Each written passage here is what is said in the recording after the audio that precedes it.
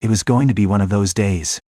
The mess in the house, bad enough when I'd had my servant sent out for repairs, was growing worse.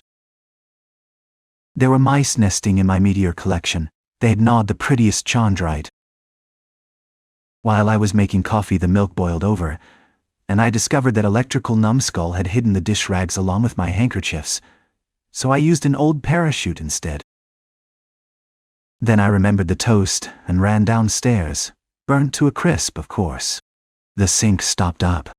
I waved my hand in disgust and took a look in the mailbox. It was full of the usual morning fare, invitations to conferences in the godforsaken backwaters of the Crab Nebula, flyers advertising cream for polishing your rocket, nothing of interest. The last item was a dark, thick envelope, sealed with 5 seals. I weighed it in my hand, then opened it. The secret minister for matters concerning Circia has the honor to request the presence of Mr. Ijon Tichy at a meeting to be held on the 16th of this month. 17:03 hours, in the small lecture hall of Lambertanum. Admittance only to those bearing invitations. X-rays required. We urge the matter be kept in strictest confidence. An illegible signature, a seal, and stamped across in red, diagonally the words, Cosmic Importance. Classified. Well now, here was something at last, I thought. Circia. I knew the name, but couldn't quite place it. I looked it up in the Cosmic Encyclopedia. Nothing. Nothing. The almanac didn't have it either. Definitely a secret planet. That's what I like, I murmured, and began to dress. Though this took the rest of the day, since it seemed my pants had vanished entirely. I searched the whole house, and discovered that my servant had sent every pair to the cleaners, and had also, apparently quite recently, drunk up all the oil in the basement. I bought new trousers in a spacesuit at the department store, and went out, in the foulest possible mood, for a bite before setting off that evening for the Lambertanum. There weren't any helicopters in front of it, and not a single car, not even a private rocket. It's that bad? Flashed the thought. I crossed a garden full of dahlias to the entrance. A cover over the one-way peephole lifted. An invisible eye scrutinized me. And the gate opened just enough for me to squeeze through. Mr. Tichy, the man who let me in said into his pocket microphone. Upstairs, please. The door on the left. They're waiting for you. I entered a highly select gathering, the flower of cosmography, Professor Guerra among them, and took a seat in back. One of 2 men behind the conference table, tall and graying at the temples, pulled a rubber bell from a drawer and tinkled it noiselessly. What fantastic precautions, I thought. Gentlemen, rectors, deans, professors, and you, our esteemed Ijon Tichy, he began, rising. As plenipotentiary and minister to matters of the utmost gravity and secrecy, I hereby open this special session convened to consider the case of Circia. Secret advisor Zephirius has the floor.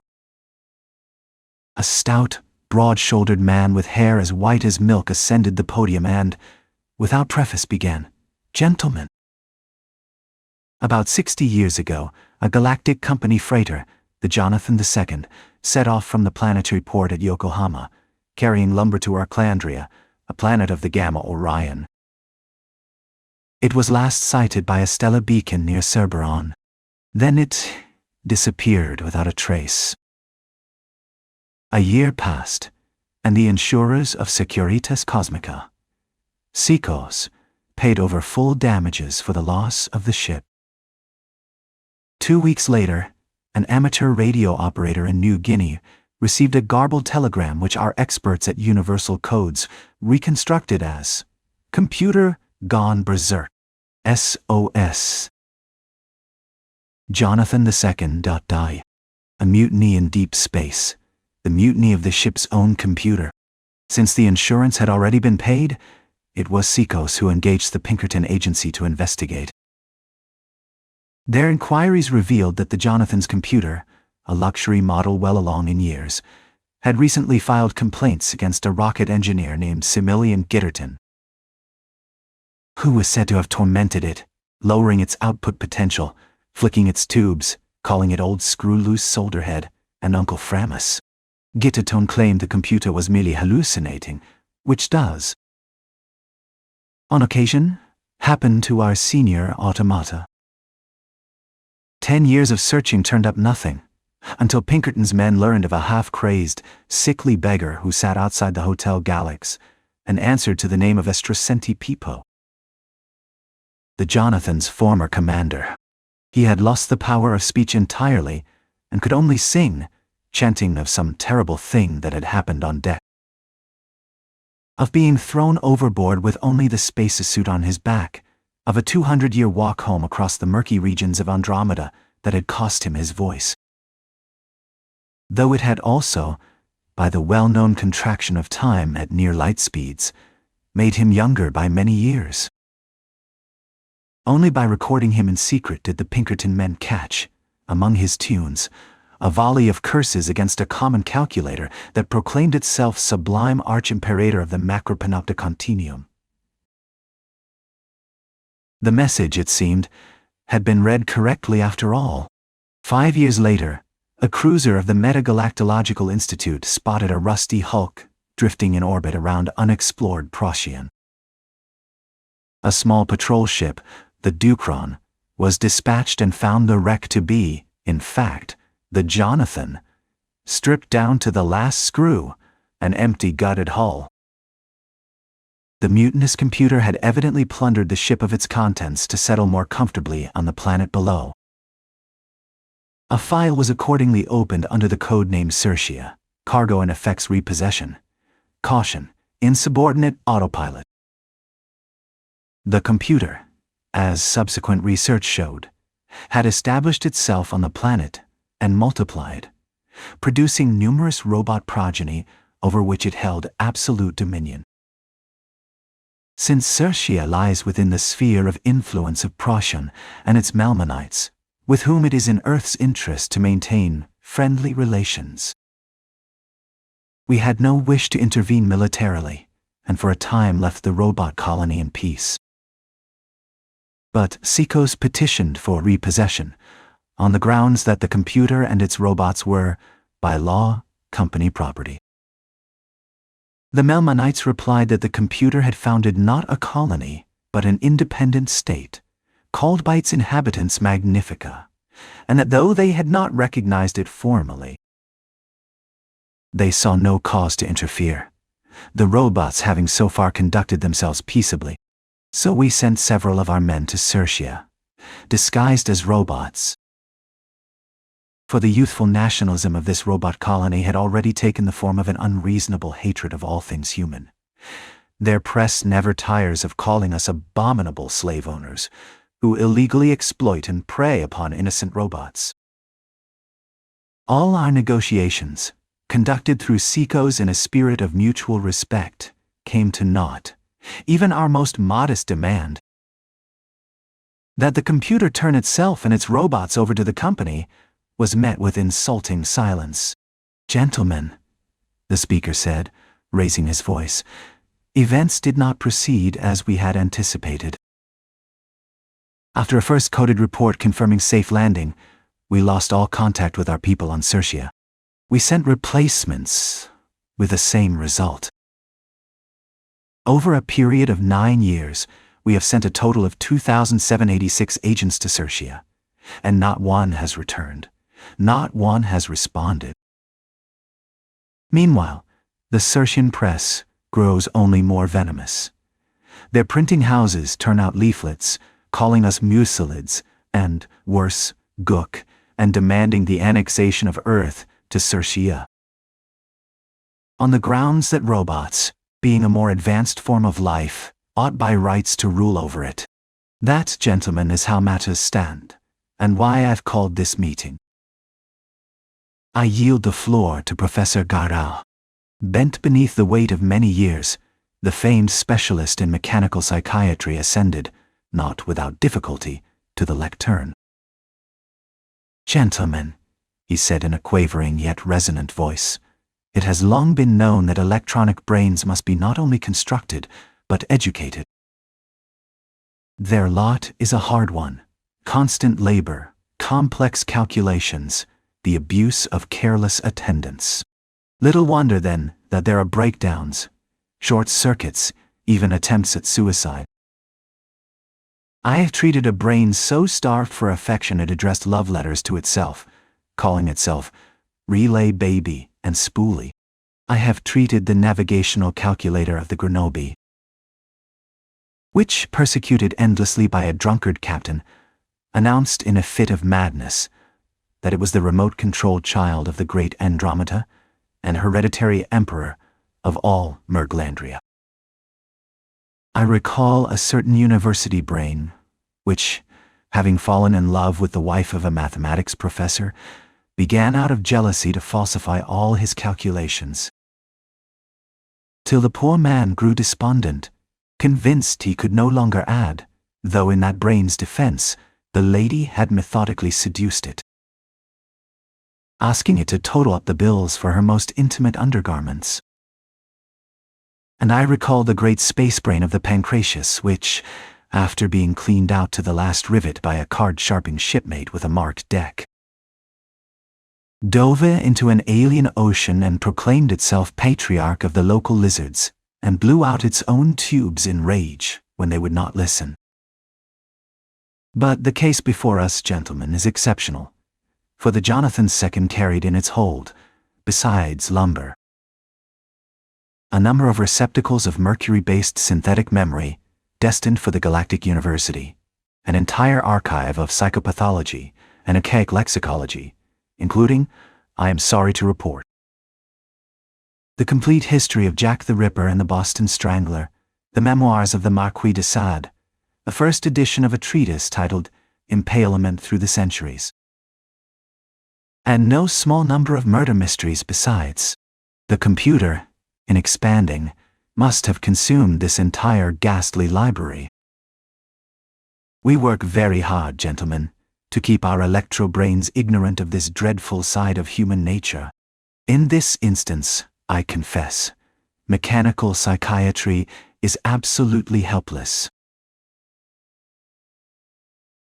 The old man tottered back to his seat amid a deathly silence. I raised my hand, and after a moment's hesitation, the chairman gave me the floor. "Gentlemen," I said, rising, "the matter, I see, is grave. I am prepared to set off alone for Procyon, to take stock of the situation there, solve the mystery of the disappearance of your people, and do what I can toward a peaceful settlement." My words were lost in a burst of applause, and the commission conferred upon me every conceivable power. The following day I met with Councillor Malingrout, Chief of Cosmic Reconnaissance. "You're leaving today," he said. "Wonderful. Not in your own rocket though, Tichy. That's out of the question. We employ special rockets for such missions, disguised on the outside so as not to look like rockets at all." "Mine is perfectly adequate," I objected. "I don't doubt its capability," he said, "but this is a matter of camouflage, and you must land at night. Won't the flame from the exhaust give me away?" "We've always used that tactic," he said, clearly troubled. "Well, I'll keep an eye out when I get there," I said. "I have to go in disguise?" "Yes, it's necessary. Our experts are waiting now. This way, if you don't mind." I was led to a secret operating room where 4 people set to work on me.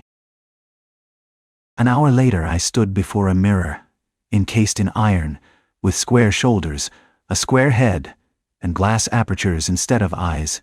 I looked like a perfectly average robot. "A few things to remember," the chief of makeup told me. "First, not to breathe. That is, breathe quietly. No sighing, no panting, and for the love of God don't sneeze. That would be the end of you. You'll eat only at night through this hatch. Turn the key, lift the latch, and don't lose the key, or you'll starve. Study the classified ads in their papers. That's generally quite helpful. Oil your hinges every morning. Robots consider it de rigueur, though you needn't overdo it. A little creaking now and then makes a good impression. A secret passage led down to a freight helicopter, which an hour later delivered me to a cosmodrome where, instead of a rocket, a grain elevator stood waiting. Everything you'll need is already inside, the officer told me. Codes, decoders, provisions, a heavy-duty jimmy, for opening safes, or as a weapon, only in the last resort. Well then, break a leg. Inside, the grain elevator proved a perfectly ordinary rocket. I revved the reactor, got on course, and settled in for a year-long voyage. Dining awkwardly with the aid of a shoehorn and reading through a great stack of Circean newspapers. The spelling and vocabulary surprised me at first, until I recalled Gargara's mention of those archaic dictionaries that Jonathan had carried. The robots called themselves Magnificans. They called us Mutulids. Headlines told of trials and pillarings, beatification of Synelectrics and end to fiendly Mucilid intrudement. One item described a captured Mucilid thrown into a dungeon called the Chaophostrium. His helm agapen in grete shame. A sporting column described a football match ending in riot when the losing bettors bethronged them onto the Kassir and had to be dispersed by the city guard. Weighed down with stones and pitched into the moat, the classified ads were stranger still. Rust remover. Oil for a squeaky neck. An offer of second-hand Warderobe lavandering at low rates, but also announcements I understood only too well once I'd puzzled through the dialect. A restaurant proudly opening its doors, with mucilide baby as the featured dish. Vitaille iserve, à bord, and carry out, and shops selling belly skewers, thumbscrewers, spine chewers, by the dozen. I read on, uneasy, wondering what fate had met the volunteers sent before me. For the trip was to take about a year, and I had ample time to wonder. I landed at night in mountainous country, having cut the engines as much as possible, and covered the rocket with broken branches. Those experts at intelligence, I thought, hadn't been using their heads. A grain elevator was a little out of place on a robot planet. I packed my iron casing with provisions and set off toward a distant electrical glow. Something invisible knocked me off my feet in the dark, and I found myself surrounded only by scrap iron shapes, the remains of ancient automata. An abandoned cemetery stretching on for at least a mile. Further on, four-legged shapes loomed in the darkness and bolted at the clang of my armor. My instructions had said nothing of animals on this planet. And I proceeded with redoubled caution, waiting out the rest of the night in a roadside ditch. At daybreak I reached the outskirts of the city. A faded poster on a fence proclaimed that any citizen who spotted a mucilide was to report at once to the local guardhouse, on pain of unscrewing for anyone caught assisting one, with a bounty of 1,000 pistoons on every human head. I walked on, past robots playing at dice with such violent quarrels, it sounded like artillery in a warehouse of drums, and boarded a trolley whose driver was welded permanently to his crank. Downtown, halberdiers walked the streets in twos and threes. When one of a passing trio stepped aside to fix his drooping grill, I simply took his place. And my two new companions never noticed the substitution. One vaut lui the ici is burbor. One of them presently complained. For I am weary and fain would sport me some with the electrolash. Our station delighteth thee no more, the other grumbled. 'Tis drear enow, uvis. We marched the entire downtown area, my feet aching abominably in the iron boots, until an officer stopped us with a barked rafangulum, to which my companions shouted back Bundamacringer. A password and reply I made careful note of, and, after inspecting our ranks, dismissed us near a great barracks marked T barracks of the Halabardiers of His Mighty Inductivity, Calculon the First. I left my borrowed halberd with the sentinel and slipped away down the first side street. A pot-bellied innkeeper hopped out to greet me. "Why, Meta, my liege, will ye be a cravenge of a room?" "Mayhap," and led me upstairs prattling about pilgrims come to see the coronation of our inductivity, leaving behind an oil can, a rag, and a bottle of silicone, and hinting at a lytle secretum, something sweet and savory to be had downstairs. Before I could investigate, a crash of incredible violence came from the next room, as if some guest were dashing his lodging to splinters. And I fled into the street instead, my hair standing on end. Soon after, an elderly robot warming his rivets on a bench invited me home with great ceremony. "Vouchsafe the honor, my humble roof, have the goodness." Partake. He had his own house on 3rd Street, and after the ritual of the oilkin and silicone, called me down to Plyan some together. A long, drawn-out rumbling led me to the parlor, where, stripped to his iron torso, he was hacking with a curiously fashioned cleaver at a large doll on the table. "Entre, good my jest," he said, gesturing to a smaller doll on the floor. It sat up at my approach, opened its eyes, and said in a faint, looping voice, "Sire, I am an innocent child. Spare me." He handed me an axe.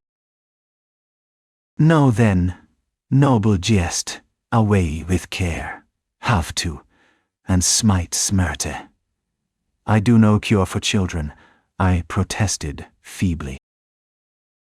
He looked wounded, but fetched instead a plastic calf from the cupboard, which produced a timorous bleat when squeezed. And I forced myself through the motions rather than give myself away, while he finished quartering both dolls with evident satisfaction, calling his instrument his bone buster. So began my life on Circia: hot mineral oil for breakfast, an evening calf for my host's pleasure, and days spent wandering a city, organized, it seemed, entirely around such entertainments: an amusement park of ingenious dismembering devices, a theater production about a robot cruelly persecuted by mucilids. At a Saturday gathering of the town's notables, the ladies gossiped about a young rake named Carpsidon, who showered his mistresses with expensive fuses. And my host waved off my scandalized reaction. Young's current must have its course. One female guest, well oiled on mineral wine, whispered an invitation. I pretended not to hear over a sudden convenient cathode discharge. Far more useful was an offhand remark from the household physician, who mentioned that the most common affliction among his patients now was a persecution mania, the fixed conviction that one was, in fact, a man, and that such cases had lately been on the rise. I relayed none of this to Earth, having no way back to my transmitter, and it soon became a moot point. One morning the halberdiers came pounding at the gate. I was shackled, jailed, and left to sit through a week of interrogation by a judge who alternated between thunder and calm, and defended by a lawyer, one Claustron Fredericks, who spent his time prosecuting me with far more relish than the judge himself. "Cursed be ye mucilid," he greeted me. "Peradventure the punishment that awaited thee can be lightened to but a single dismantlinge." I confessed to nothing. On the 8th day, I was brought before the computer itself, in a windowless hall, behind a black curtain that hung floor to ceiling. A booming voice accused me of every crime from espionage to blasphemy against his inductivity, then unexpectedly offered mercy. I might live as an undercover halberdier charged with unmasking mucilids and traitors sent from Gukum. I swore the oath, loathing myself for it, and was released, only to discover, on returning to where I'd left it, that my rocket had been reduced to scattered, broken fragments. Clearly a work of robots. Or, so I still believed. That evening, sitting outside the city in despair, I noticed a platoon of halberdiers slipping one by one into the roadside bushes at dusk. Creeping after the nearest, I saw him produce a tiny key, the exact duplicate of my own, unlock his visor, and cram wild berries into the opening with both hands. Gulping like a starving man. "Psst," I hissed. "Hey, listen, don't be afraid. I'm a man, disguised like yourself." "And how would ye will not me berayen?" came a hoarse, half-forgotten voice from the bushes. Once persuaded, he crawled out and touched my armor in the dark. "'Tis the 50-year Scythian cruel destiny hath me delivered hider," he babbled.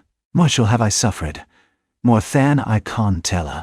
He was, he confirmed, one of Mallingrot's own agents, sent years before, and never returned.